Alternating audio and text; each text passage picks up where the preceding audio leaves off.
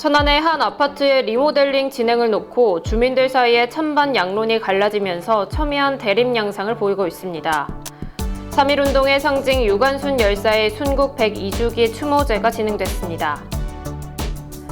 올해 상반기 중 충남 지역 교원 5명이 성범죄와 관련한 수사를 받았던 것으로 밝혀졌습니다. 지역에서 오랜 역사를 자랑하는 미술단체의 정기전이 전시 기능이 전혀 없는 곳에 열리며 지역 작가들의 불만이 높아지고 있습니다. 취임 100일을 맞은 박경기 아산시장이 지역 100년대계 초석을 놓고 싶다는 포부를 밝혔습니다.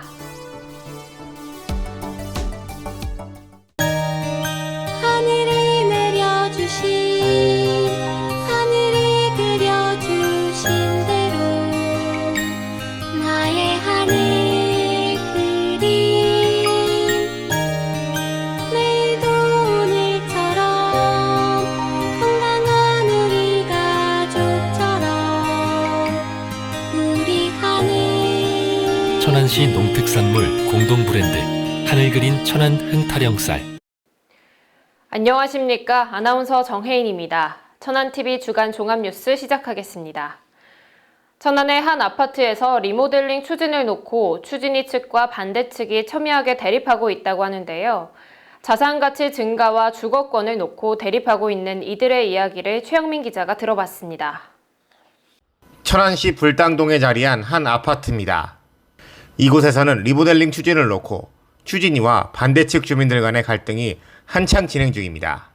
13개 동 791세대가 거주하고 있는 이 아파트의 리모델링을 추진하고 있는 추진위 측은 주택조합 설립을 위해 필요한 법적 동의율 66.7%에 조금 모자란 57%의 주민들의 동의를 받았다고 내세우고 있습니다. 반면 반대 측 주민들은 지난달 26일 현재까지 181명가량의 서명을 받았다고 맞섰고, 이들은 단지 내 현수막을 통해 서로의 주장에 대한 타당성을 내세우고 있습니다. 반대 측 주민들 중 일부는 찬성 쪽에 있다가 변심을 해 돌아선 경우가 많았습니다. 이들은 찬성 당시 추진위 측에 제출했던 동의서를 돌려받기 위해 문의했지만 추진위 측은 돌려줄 수 없다고 맞서고 있는 것으로 취재 결과 드러났습니다. 이에 반대 측 주민들은 내용 증명까지 보내며 법적 다툼까지 예고하고 있습니다. 하지만 추진위 측의 주장은 완강했습니다. 그 법무법인 다 자문을 받고 하는 건데 또 다른 조합들의 예를 봐도 이렇게 수시로 바뀌거든요. 무한정으로 받아주면 조합 설립 일정이 계속 지체가 돼요. 그러면은 지금 동의서를 내주신 분은 57.2%거든요. 네네네. 반대하시는 분은 몇 분인지 모르겠지만 뭐 보통상 10% 20% 정도 어느 단지나 그 정도로 본다면 네. 훨씬 많은 다수의 이익이 침해가 되잖아요. 사업비가 발생해서 자꾸 더 나가게 돼요. 도시정비법엔 뭐라고 돼 있냐면 동의서 제출 시점에서 한 달 이내에는 돌려주라고 돼 있죠. 근데 그 이후에는 돌려줄 의무가 없다라고 규정되어 있습니다. 반대 측 주민들은 이 리모델링으로 인해 자신들의 주거권이 심각하게 침해당하고 있다고 주장합니다. 리모델링이란 멀쩡히 살고 있는 집을 철거하고 새 집을 짓는 일인데, 이 과정에서 추가 부담금과 이주비 등이 발생하고 이는 집을 강제로 뺏는 것과 다름없다는 주장입니다. 리모델링을 반대하는 이유는 계층별로 좀 다양합니다. 근데 가장 큰 요인은 경제적인 요인이 가장 큰 것 같고, 두 번째는 추진위가 약속을 지키지 않는 데 대한 신뢰가 또 그 요소를 영향을 미치는 것 같습니다. 경제적인 요인은 근본적으로 돈이 없어서 리모델링을 하면 무조건 쫓겨나야 되시는 분들이 가장 많고, 두 번째로는 돈은 있어도 분담금과 대출이자 폭탄을 못 견디면은 결국은 나중에라도 리모델링 끝나고 나서라도 이 집을 팔고 떠나야 되는 분들이 많습니다. 같은 아파트에 사는 주민들 간의 날카로운 신경적 양상으로 치닫고 있는 이번 일이 과연 어떤 방향으로 흘러갈지 귀추가 주목되고 있습니다. 천안TV 최영민입니다. 쌀값이 날로 폭락하고 있는 가운데 한창 수확의 기쁨을 누려야 할 등력해는 한숨만 가득한데요. 급기야는 그동안 농사를 지었던 논을 수확도 하지 않은 채 갈아엎는 농민들이 나오기 시작했습니다. 농민들은 정부에게 쌀값과 관련한 근본적인 대책을 내놓으라고 요구하고 있는데요. 지유석 기자가 자세한 내용 취재했습니다. 벼수확기를 앞둔 지난달 21일 충남 지역 농민들이 아산시 염치읍 송곡리 일대 농지를 트랙터로 갈아엎는 일이 있었습니다. 농민들은 이어 트랙터를 앞세우고 아산시청을 향해 행진에 나섰습니다. 아산뿐만 아닙니다. 천안 등 충남 9개 시군 농민들이 이날 동시에 그야말로 자식같이 키운 벼를 갈아엎었습니다. 이 광경을 본 일부 농민은 고개를 떨구고 눈물을 흘렸습니다. 농민들이 벼를 갈아엎으며 분노하는 이유는 바로 쌀값 폭락이었습니다. 아산에서 농사를 30년 지었다는 김재길 씨는 정부의 정책 실패가 이 사태를 불러왔다고 말했습니다. 김 씨에 따르면 지난해 쌀 생산량은 예년에 비해 20% 늘었다고 했습니다. 이 경우 정부가 선제적으로 쌀을 사들여야 했지만 그렇게 하지 않았고 이게 쌀값 하락을 불렀다는 것입니다. 대외적인 요인도 농민들을 어렵게 하고 있습니다. 아산 농민회는 러시아의 우크라이나 침공 등 국제정세 불안으로 국제 원자재 가격, 물류비 등이 상승했고 이 여파로 비료값, 농자재값, 인건비 등이 올랐다고 밝혔습니다. 1년 내내 자식까지 키웠던 벼를 갈아엎었습니다. 작년 수확기 쌀값이 20만 원이 넘었었는데 지금에 이르러서는 15만 원 정도밖에 하지 않고 있습니다. 이 상태로 가다 보면 농비조차 안 되는 그런 단가로 수매를 할 수밖에 없는 상황이 되어 있습니다. 정부의 농업정책 부재로 인한 그런 사태가 발생이 되었습니다. 농민들 입장에서 보면 어쨌든 밥 한 고기가 200원밖에 않는 그런 쌀 가격으로 쌀을 판매하고 있습니다. 밥 한 고기 300원 보장되는 그날까지 열심히 투쟁하고 싸워서 농민들이 삶이 좀 좋아지는 그런 세상이 됐으면 좋겠습니다. 농민단체들은 11월 전국 농민대회, 12월 민중대회 등 강도 높은 투쟁을 예고했습니다. 천안TV 지우석입니다. 홍성현 충남도의회 부의장이 현 충남도정에서 공공기관장들의 거취 및 퇴직 공무원의 기관장 임명에 대한 지적을 하고 나섰는데요. 어떠한 내용인지 박승철 기자가 전해드립니다. 국민의힘 소속 홍성현 충남도의회 부의장이 도내 공공기관장의 자리가 소위 알바키 자리가 되고 있다면서 이는 업무 효율성을 높이기보다는 퇴직 후 일자리 보장이라는 특혜로 인식될 수밖에 없다고 지적했습니다. 그는 도내 20개 출연 기간 중 특수기관 기관장의 경우 전문성을 바탕으로 임명될 수밖에 없는데 그 외 상당수 공공기관장의 경우 대학 교수가 임명되고 있고 여기에는 전문성은 결여되어 있으면서 단순히 교수 직함만 갖고 임명되는 경우가 있다고 강조했습니다. 홍 부의장은 또 이 자리에서 당선된 단체장이 임기 동안 무리 없이 도정을 이끌기 위해선 공공기관장과의 긴밀한 협조가 필요한데 전임 단체장이 임명한 일부 기관장들은 잔여 기간을 이유로 버티기를 하고 있어 이에 대한 대책이 필요하다고 밝혔습니다. 천안TV 박승철입니다. 3일 독립만세운동의 상징이자 우리나라를 대표하는 독립운동가인 유관순 열사의 순국 102주기를 맞아 고향인 천안에서 열사의 명복을 비는 추모제가 열렸는데요. 이현자 기자가 자세한 내용 전해드립니다. 3일 만세운동의 상징이라고 할 수 있는 유관순 열사의 순국 102주기 추모제가 28일 천안 유관순 열사 사적지에서 열렸습니다. 이날 추모제에는 박상돈 천안시장과 유정우 유관순 열사 기념사업회장, 정도희 천안시의회 의장을 비롯해 시의원, 국가보훈처 관계자, 유족 등이 참석했습니다. 천안시 병천면 출신인 유관순 열사는 1919년 4월 1일 아운의 독립만세운동을 주도하다 서대문 형무소에 수감돼 모진 고초를 겪었습니다. 옥중에서도 조국 독립을 위한 만세운동을 주도하며 끝까지 항거했으나 일제히 모진 고문과 후유증으로 1920년 9월 28일 순국했습니다. 고작 10살이 나이 18세의 일이었습니다. 조국의 독립을 위해 모든 것을 바치신 유관순 열사님께 깊은 존경과 감사를 드리면서 열사님의 영전에 삼가 머리 숙여 명복을 빕니다.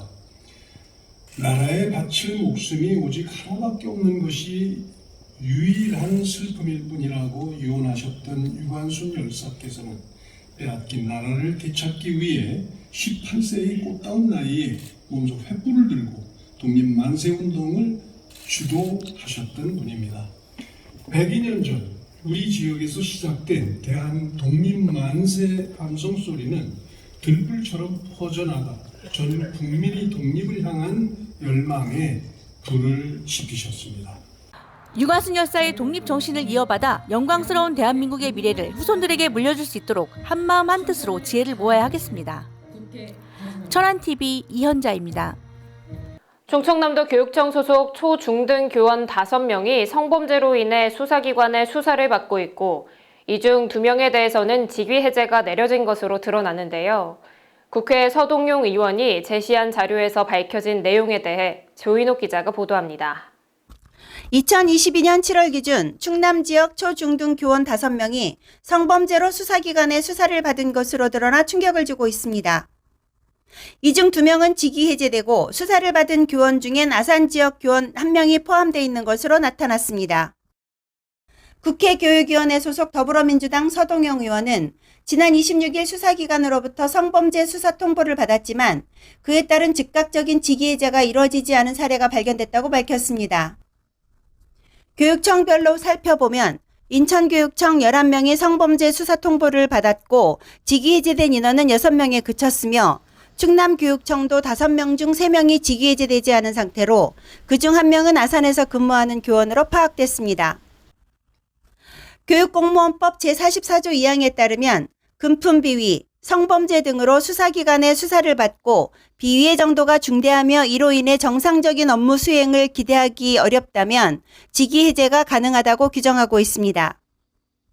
이에 대해 서 의원은 교육공무원법이 규정한 직위 해제 대상에 통신 매체를 이용한 음란 행위가 포함되지 않았다며 충남교육청 사례는 여기에 해당한 것으로 본다라면서 최근 N번방 범죄와 같이 디지털 성범죄의 정도가 심각해지고 있다는 점에서 해당 범죄로 수사 통보를 받을 때도 즉각적인 직위 해제를 검토해야 한다고 지적했습니다. 천안TV 조인옥입니다. 보령 중부발전 생태부지에 에코 스마트팜이 조성됩니다. 충청남도는 지난달 28일 한국중부발전 보령발전본부와 주교 고송 영농조합 법인 등과 에코 스마트팜 조성을 위한 업무 협약을 체결했습니다. 이 사업은 보령시 주교면 고정리 일원에 트롤리 컨베이어를 활용한 식물 재배 공장, 즉 스마트팜을 조성하는 사업으로 하우스형 스마트팜과 컨테이너형 스마트팜, 체험학습실과 직판장 등도 들어섭니다. 김태흠 충남지사는 폐열을 활용한 스마트팜은 에너지 효율을 높이고 농업의 경제성 확보, 양질의 일자리 창출 등 탄소 중립 경제 측면에서 의미 있는 사례라며 이 사업에 대한 기대감을 나타냈습니다. 한국미술협회 천안시 지부의 47번째 정기전이 천안예술의 전당 문화센터 전시실에서 열렸는데요. 하지만 전시가 열린 이곳은 기존 천안시립미술관과는 달리 전시에 필요한 기반시설이 너무 열악해 많은 작가들로부터 볼멘 소리를 들어야 했습니다. 지역 작가들은 지역 내 현저하게 부족한 문화예술 시설의 확충을 계속해서 주장하고 있는데요. 자세한 내용 최영민 기자가 취재했습니다. 지난달 27일 개막한 한국미술협회 천안시 지부, 약칭 천안미협의 정기전이 열린 천안예술의 전당 문화센터 전시장의 모습입니다. 약 140여 작품이 출품된 가운데 장소가 협소함에 따라 일부 작품이 유리로 된 벽에 기대어 전시되어 있는 모습을 볼 수 있었습니다. 이곳 현장에서는 기존 미술전시장에서 흔히 볼 수 있는 조명시설과 같은 시설들이 전무했습니다.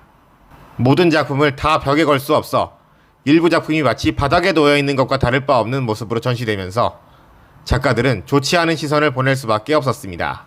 이 문화센터 1층 전시장도 너무 협소해서 140명, 그나마 출품한 140명 회원들이 작품이 다 걸릴 수가 없어요. 그래서 지금 어쩔 수 없이 작품이 전시가 돼서는 안 되는, 할 수 없는 아주 굉장히 좀 볼썽사나운 그런 벽면, 유리창에 작품을 기대해 놓고 전시를 할 수밖에 없는 이 현실입니다. 그래서 보시다시피 밖에서 보면은 이렇게 안에 기대해 놓은 작품의 뒷면이 다 보여요. 이건 일단은 작가에 대한, 작품에 대한 예의도 아니고 굉장히 볼썽사나워요. 이와 같은 모습은 기존 천안예술의 전당 내에 있는 천안시립미술관을 미술관 방침상 대관할 수 없게 되면서 벌어지게 된 모습이었습니다. 시립미술관은 박물관과 같은 개념으로 시민들을 위한 기획 전시만 할 뿐 법령상 대관 업무는 할 수 없다는 것입니다. 이는 전국의 국공립미술관 어느 곳을 가더라도 마찬가지라는 게 관계자들의 설명입니다. 또 국공립미술관 찾아보시면 네네. 거기에 미협이라든지 대관전을 하는 기관은 없어요. 국내에. 왜냐하면 미술관은 단순히 그런 이제 작가의 단체전이나 개념보다는 예. 갤러리의 기능과 전혀 달라요. 그러니까 학예 연구진들이 미술관 예. 연구조사나 이제 역할과 역량을 보여주는 개념이에요. 예. 근데 이제 저희가 이제 계속 어쩔 수 없는 상황에 저도 충분히 계속해서 이야기하고 있는 게 지역의 공간이 너무 없다. 진짜 전시 공간이 너무 없다. 이건 다들 공감하고 있는 부분이잖아요. 예. 사실은. 그래서 올해도 사실 뭐 한평 갤러리라든지 우섬 대정도 안내를 해드렸었고, 근데 공간이 사실은 열악하잖아요. 이제 정 안 되면 저 공간이라도 쓰시겠다고 하시더라고요. 가뜩이나 지역 내 전시 시설이 부족한 가운데 울며 겨자 먹기식으로 전시장을 선택할 수밖에 없었던 천안미협 측은 지자체 측에 전시장 확충과 관련한 바람을 전했습니다. 이 일은 어제 오늘의 일이 아니고 30년 전에 그때 천안 인구가 30-40만 할 때 그때 전시장이 시민에 관한 문화원 2개가 있었어요. 그리고 지금은 70만에 가까우게 성장과 팽창을 했고 미술인 역시 그 당시에는 30명 정도 미술협회 회원들이 있었는데 지금 250명입니다. 6배가 늘었어요. 그리고 미술 활동이 활발한데 그 활발한 만큼 문화예술 이 전시를 담을 수 있는 그릇, 다시 말하는 전시장은 30년쯤이나 지금이나 똑같습니다. 정말 모든 시민들 또는 행정부, 의회, 미술인들 마찬가지고 이 현실을 정확하게 알고 경각심을 갖고 특히 이 공공적인 이 전시장은 관이나 지자체에서 이걸 설립을 해야 되거든요. 그래서 이 미술이 소통할 수 있는 공간, 또 시민들이 미술을 향유할 수 있는 그런 공간, 다시 말하면 전시장, 열악한 협소한 말도 안 되는 천안의 전시장은 반드시 현실에 맞게 확충이 돼야 된다. 한편 천안시가 최근 성성 호수공원 인근에 문화예술 복합시설 조성을 추진하고 있어 관심이 모아지고 있습니다. 여기에는 미술 전시는 물론 각종 문화 복합시설이 들어설 예정이어서 문화의 갈증에 시달리고 있는 시민과 작가 모두를 만족시킬 수 있을 것으로 전망되고 있습니다. 천안TV 최영민입니다. 민선 8기 아산시정을 이끌고 있는 박경기 시장이 지난달 29일 취임 100일을 맞았는데요. 박 시장은 아산의 100년대에 대한 초석을 놓고 싶다며 앞으로 남은 임기에 대한 포부도 밝혔습니다. 지우석 기자가 보도합니다. 박경기 아산시장은 취임 100일 기자회견에서 아산이야말로 충남의 중심이자 대한민국의 미래라는 자신감을 바탕으로 아산의 100년 미래를 준비 중이라고 포문을 열었습니다. 이어 신정호 아트밸리 구축, 아산항 개발 등 그간 강조해온 정책들에 대해 재차 설명했습니다. 자리에 함께해 주신 언론인 여러분 반갑습니다. 지난 8회 지방선거를 통해 시민의 선택을 받고 민선 8기에 야심찬 첫걸음을 뗀 지도 벌써 100일 되었습니다. 저는 지난 7월 1일 아산시장으로 취임하면서 아산을 새롭게 시민을 신나게라는 슬로건으로 시민 모두가 행복한 아산을 만들겠다는 약속을 드렸습니다. 비록 짧은 시간이었지만 시민들과의 약속을 지키기 위해 민선 8기의 시정 철학과 시대적 소명을 동료 공직자들과 그리고 시민들과 공유했습니다. 박 시장은 특히 고품격 문화관광도시 조성, 글로벌 산업경제도시 위상 공고화, 미래지향 교육도시 육성, 동서남북 균형발전도시 달성, 시민과 함께하는 참여자치도시 추진 등 5대 전략과제를 내놓고 정책협조를 구했습니다. 시민 모두가 행복한 아산을 만드는 5대 전략과제를 역점 추진하겠다고 박 시장은 약속했습니다. 뿐만 아니라 아산항 개발에 대해 남다른 애정을 드러내기도 했습니다. 제가 6월 1일 당선되고 나서 숨가쁘게 달려왔습니다. 저는 오로지 시민만 바라보고 갑니다. 제가 구상하는 것들은 갑자기 나온 이야기가 아닙니다. 제가 6년 동안 도심하고 알고 닦고 현장에서 고민했던 이야기들, 그리고 제가 20년 동안 정책 전문가로서 중앙에서 아산을 바라볼 때 내가 이것은 꼭 고향을 위해서 해야 되겠다라고 구상했던 것들입니다. 특히 아산은 개발이 그렇습니다. 저는 해수부의 평가위원이기도 했고 그곳에서 벌써 우리 아산의 취약점을 보고 안타깝게 생각하고 있었습니다. 박 시장은 끝으로 누구라도 100년 대계를 이어나갈 수 있는 사업을 바라보고 초석을 놓고 싶다. 먼 훗날 결실을 맺기 바란다는 바람을 남기며 기자회견을 마쳤습니다. 천안TV 지우석입니다. 천안시 의회가 제3기 의정자문단으로 활동할 16명을 위촉했습니다. 의회에 따르면 이번 의정자문단은 각 상임위별로 4명씩 총 16명이 활동하게 되며 이들은 향후 2년간 2번의 정기회의와 필요시 수시로 회의를 열어 의정 현안과 주요 시정에 대한 자문, 제안 등 의정 활동의 전문성 제고를 위해 활동하게 됩니다. 정도희 의장은 천안시 의회 의정 활동의 전문성을 높여 시민이 만족하는 의정을 위해 의회와 함께 노력해 주길 부탁한다고 당부했습니다.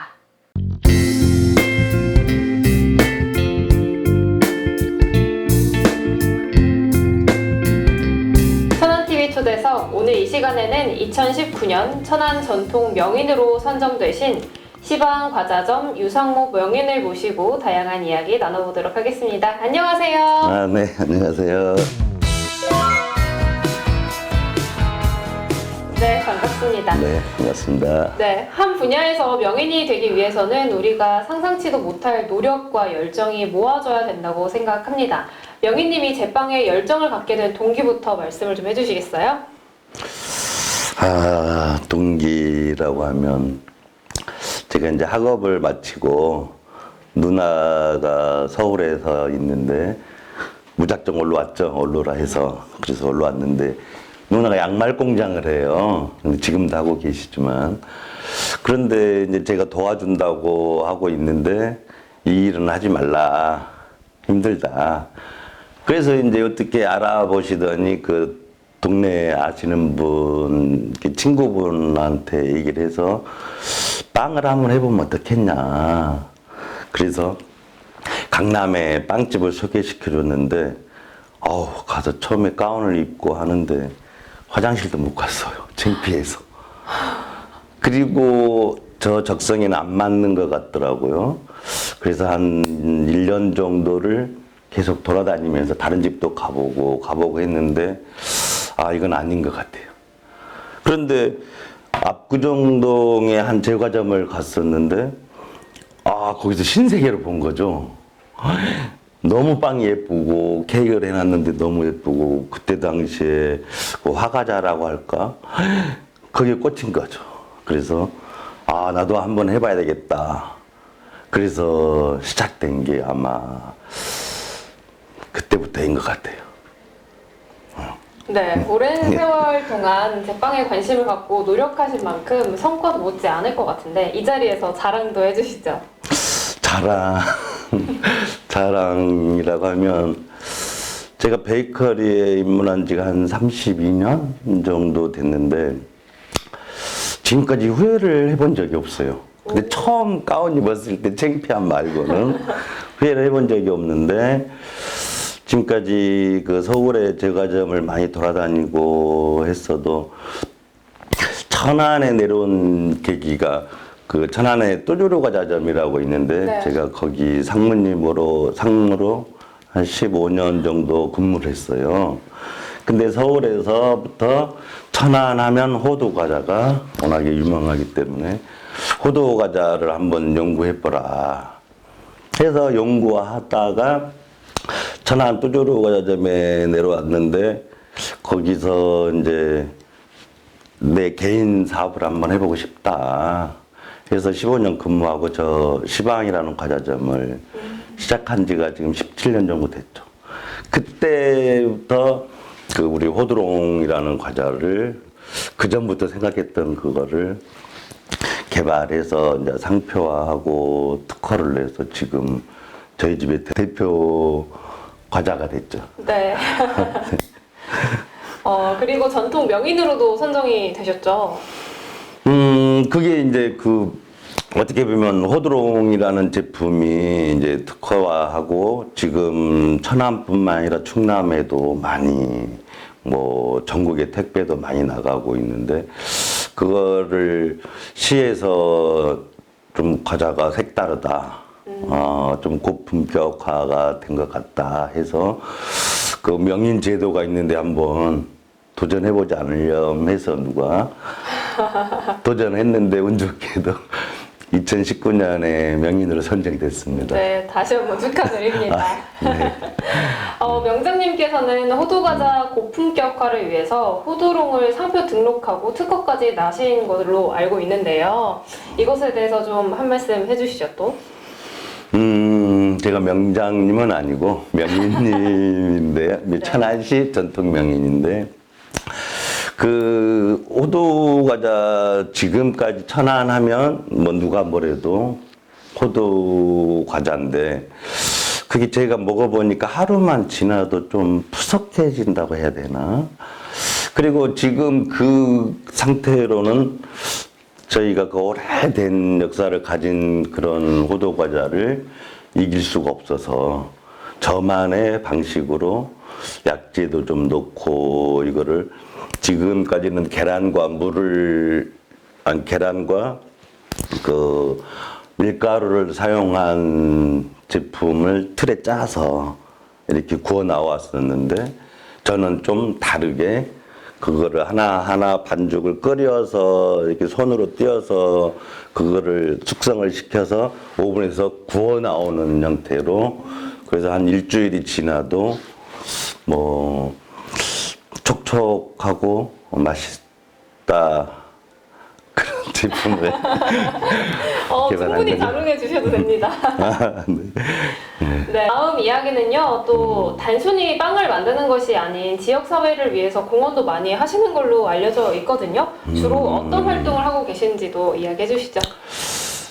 이게 제가 뭐 개인적으로 특별히 한 거는 없고요. 이제 지역사회라고 하면 제가 빵 만드신 모든 협회 회원분들이 다 같이 모여서 천안에 좀 이렇게 지역아동센터나 이렇게 노인분들이나 그런 분들 업소에 한 80군데 업소 정도에 저희가 매일 그 케이크하고 빵을 만들어서 매달 봉사하는 정도 하고 했습니다. 네, 대단하신데요. 네, 최근에는 천안시에서 매년 10월 11일 빵빵데이로 선정을 하고 천안 알리기에 나서고 있는데요. 명희님의 의견은 어떠신지 궁금합니다. 그건 저희 시장님께서 작년에 천안을 빵의 도시로 만들고 싶어 하시고 그 빵빵데이 그 일환으로 빵빵데이도 시작됐고 뭐 베리베리 딸기 베리베리 뭐 빵빵데이도 봄에 했었고 그래서 빵빵데이에는 저희 천안의 모든 베이커리가 다 참여를 합니다. 그래서 그날 그 하루 10월 9일과 10월 10일 그렇게 해서 전 매장에서는 최소 10%에서 20% 정도 할인 행사를 하고 또 오시는 손님들에게는 천안 지역에서 나오는 우유 또 천안 팥을 이용해서 끓인 양갱을 무료로 하나씩 드리고 있고요.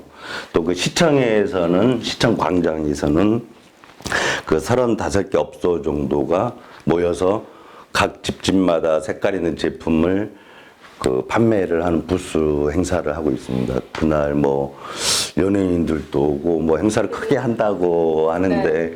그 많이들 오셔서 뭐 좋은 빵 맛보셨으면 좋겠습니다. 네, 알겠습니다. 그럼 마지막으로 천안TV 시청자분들께 한 말씀 부탁드리겠습니다. 우선 천안TV 시청자분들과 만나게 돼서 너무 이렇게 마련해 주셔서 감사하고요.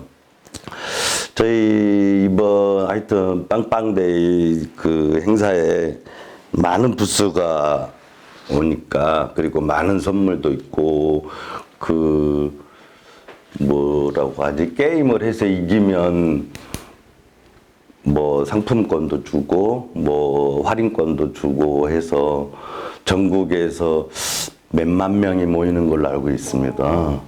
그래서 그런 행사가 이번에 그 10월 9일 날 하니까 좀 많이들 오셨으면 좋겠고, 또 특히 그 시방과자점의 호두롱을 맛보고 가셨으면 더 좋겠다는 말씀 드리겠습니다. 네, 좋습니다. 앞으로도 건강하고 맛있는 빵 많이 만들어 주시길 바라면서요. 인터뷰 여기에서 마치도록 하겠습니다. 오늘 말씀 고맙습니다. 감사합니다. 어느덧 10월의 초입입니다. 이제 완연한 가을 날씨로 접어들었는데요. 가을이 주는 차분함으로 다사다난했던 한 해를 미리 한번 되돌아보는 시간을 가져보는 건 어떨까요? 뉴스 마칩니다. 시청해주신 여러분 고맙습니다.